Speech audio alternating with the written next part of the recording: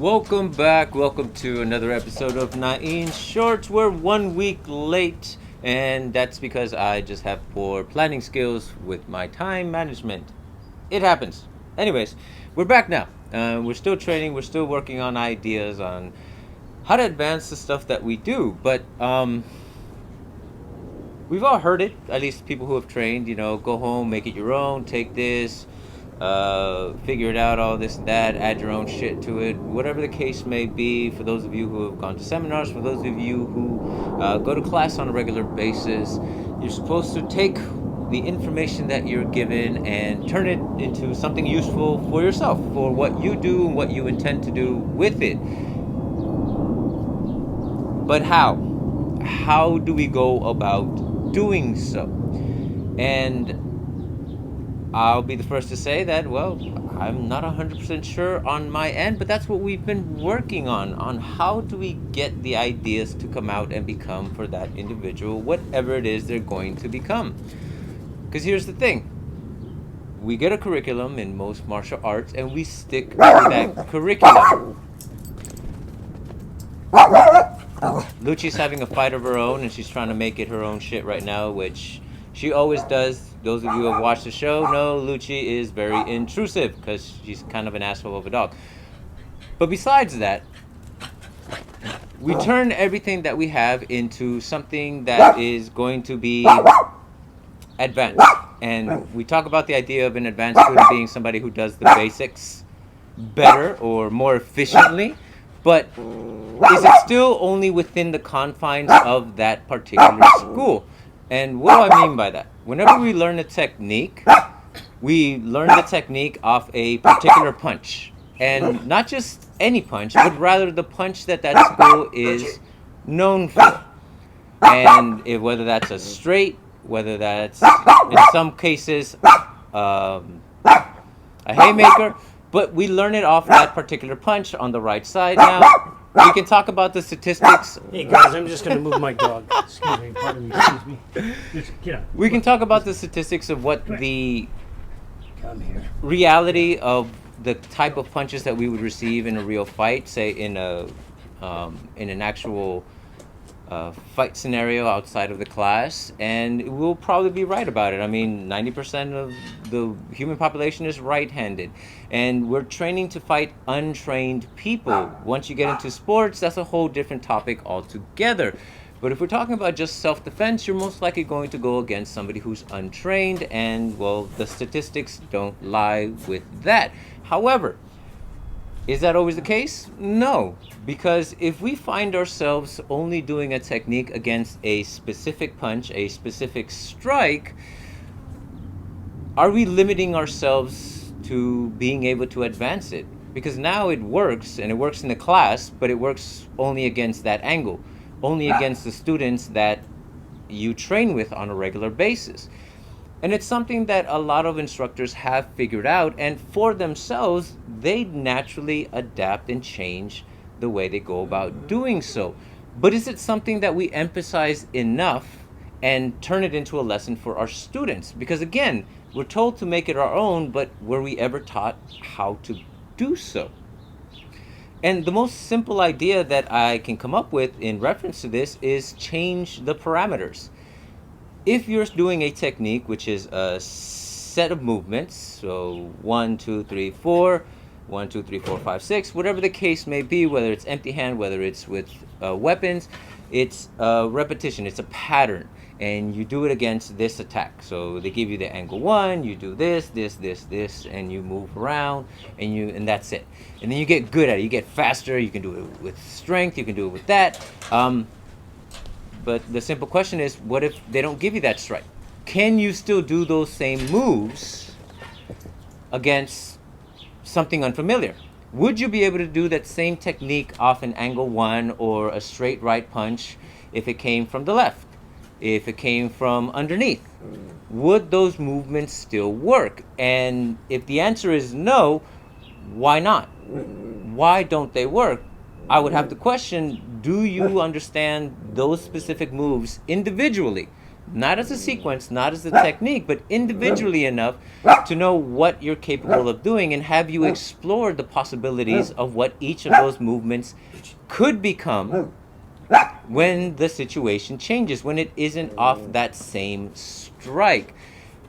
We all have different movements that we've learned, and even in our system, we don't have a full curriculum, but we do have strikes. It's a way to communicate what it is that we're trying to achieve. But we've also broken away from that specific strike to figure out what else we can do with them. We do our best to gear our students to start thinking outside of that realm. In other words, we give them permission to think beyond whatever it is they're being taught.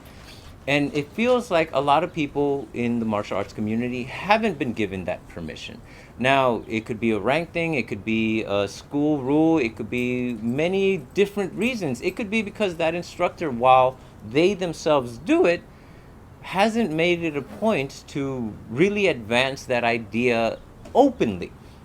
Yes, they adapt, they change, they do things to modify. You hear it all the time at seminars. Oh yeah, we do that, but we do it this way. But is it taught to your students to do those things? Are they given permission to think beyond that and really start working out the ideas on how to take simple movements, their techniques, and rearrange them as need be? And like I said, oftentimes all it really takes is changing the parameters. You can still do your technique, but what if instead of it being a right, it's a haymaker, or it's a left, or it's a hook to the body? Can you make those techniques still work? Now, we practice with sticks, obviously, so for us, it would be with sticks. Rick, would you mind joining me for a moment? And I'd like to demonstrate how it is that we go about doing so in being able to get the students to think beyond the Hello simple again. movements. Hey, Sorry, I had to move my dogs out of the way. yeah, your dogs are kind of a... Anyways, Lucci, anyways. yeah, Lucci. Tommy's Tommy's a a sweetheart. saint. Look at him. Yeah, same. Oh, Beautiful dog. what do you want? Oh, hey, so my beautiful assistant is Thank you. very lax on the beauty part. But we've been working on this idea where, as a student, I'm going to do the same 4 moves. I'm going to start off with a roof block, then I'm going to do a number 3, an 11, and then a 5. Those are the only 4 moves that I can do. Now, when you first learn it, it's stagnant. It gives me an angle 1, a roof block, I do 3, 11, and 5. And that's very simple. You can add dynamics to it. Now all of a sudden it's and it becomes, that. But where do we go from that? Well, what if he doesn't stop? What if he continues attacking and I still have to stay within those 4 movements? What happens then? Oh, that looked different. That looked a bit more dramatic. That looked like more of a real fight. What if he doesn't give me an angle 1? Can I still do the same movements? Yes, I can. Now, did you also notice my movements changed in reference to what was going on? All of a sudden, if he just keeps on attacking and I'm doing this movement, I can still go through all the movements, all the strikes that I did, but all of a sudden, all the other lessons that I had to learn along the way, using my empty hand, minding my space, making sure I'm aware of where my target is at any given point, have to come out just by changing the parameters of the way he's attacking me. I have to bring everything forward in order to be able to pull off the same 4 moves. Thank you very much, Rick. I'm sorry. Appreciate you. And again, is it really that simple? We'd like to think so. And is it something that you could be able to use in your teachings or in your studies? Because yes, you do have the ability to think beyond whatever it is you're being taught. It's your information. What you do with it is beyond your classroom. Granted, there are exceptions to that whole thing. The way people conduct their schools, the way you conduct your schools may be very different. And we have nothing but respect for you in that sense. To me personally, the martial arts is something that the individual has to travel down. The instructor is there to guide you, give you information, but ultimately, you're going to be the one in that fight, not your instructor, not your rank, not your school, just you. If you're training for self-defense, giving yourself the ability to work around a problem despite the changing conditions, despite not knowing who this individual is or what they're capable of. The mere fact that they're not a student of your school, so the way they attack you is not going to be the way that you're used to if it's just repetitive and you never break away from it. My personal ideas based on what I've learned, how I've been trained, and this is the culmination of that. Me sharing this is because I do believe there is merit in breaking away from the structure that we understand, but you can still use the same techniques. Roof block, 3, 11, and 5. 4 movements. My mind had to be aware enough to be able to range to use those movements in conjunction in that sequence, which is exactly what a technique is, specific movements in a sequence. But I also had to understand what each of those individual things could be. At one point, this 3 became a puño, and it wasn't to the belly, it was to the face. At one point, my 11 caught an arm. Oh, but I'm still striking with it because the range changed of my opponent. These are all things that do happen in fights. People move in and out. People attack you a different way. People will keep on coming even though they get hit. So being able to adapt while still using the same moves gave me the freedom to then think about, okay, where am I putting myself? Where do I want to move to? Where do I want them to go? And all these ideas that we've trained that aren't physical, but concepts that we talk about fights are now all of a sudden being used in real time in a physical back and forth where I can safely start exploring the significance of what all those other lessons truly meant. And now I'm able to utilize them, and it comes out in contact, in the movements, in everything else that I do. Now, is that going to be the same for everybody? No. Is that going to work for everybody? I don't know, but I do hope that we can explore this more and more to get our students to advance. Rick, please and thank you. I think this might also highlight it. We're going to do some broad. He doesn't know I'm going to do that. I'm just jumping in. He really doesn't like prepping me for shit. I had an idea. Damn it. My bad. So let's play sombrada. Okay. Now, sombrada is a drill that everybody does, right? Right. Stagnant. This is the lesson. This is the technique. This is the drill, right? Watch what Nain does. He's going to use every part of that stick. He's going to use his movement, and he's going to manipulate me to do what I need, whatever he needs me to do, right? And I'm just going to do sombrada.